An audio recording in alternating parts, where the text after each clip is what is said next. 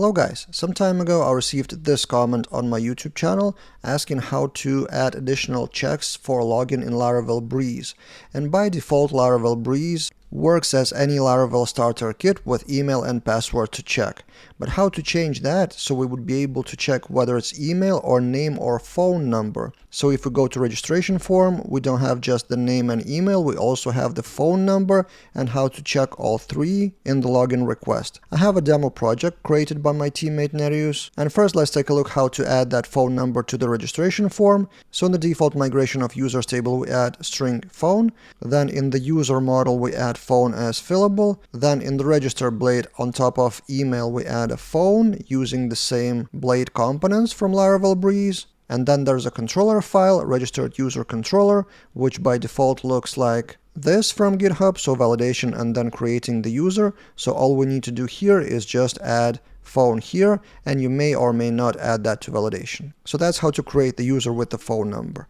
Now we have those three fields, and in the login, how do we check those? Default controller of Laravel Breeze for login is called authenticated session controller, and you don't see anything here about the fields. So how does it actually work and how to customize that? The whole magic happens in the login request file in the form request. Some of you maybe don't realize, but you can use form request as any Laravel or PHP class. You have methods there and you call them from the controller. So like this case, request authenticate is called from the controller, and by default that login request looks like this. So as a typical form request class with authorize and with rules for validation, but then there's method authenticate, which is actually called. So check the rate limit and then auth attempt with email and password.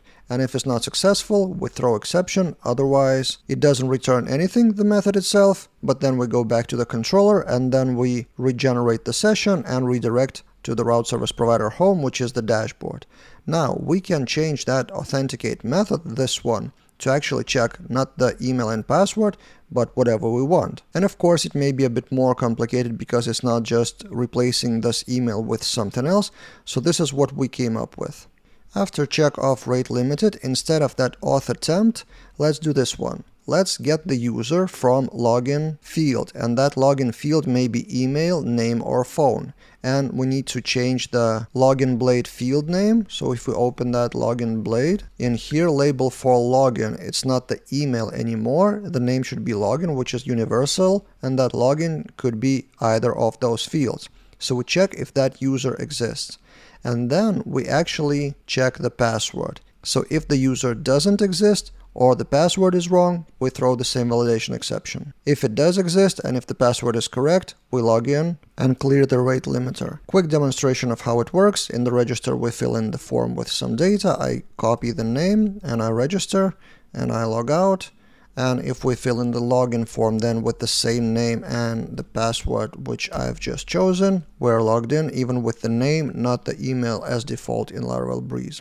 The project code is public on GitHub. I will link that in the description of this video. And if you want more demo projects like this one, suggest the topics in the comments and subscribe to the channel and support my mission of shooting daily videos by checking out one of the 3 products that you can see on the screen from my team.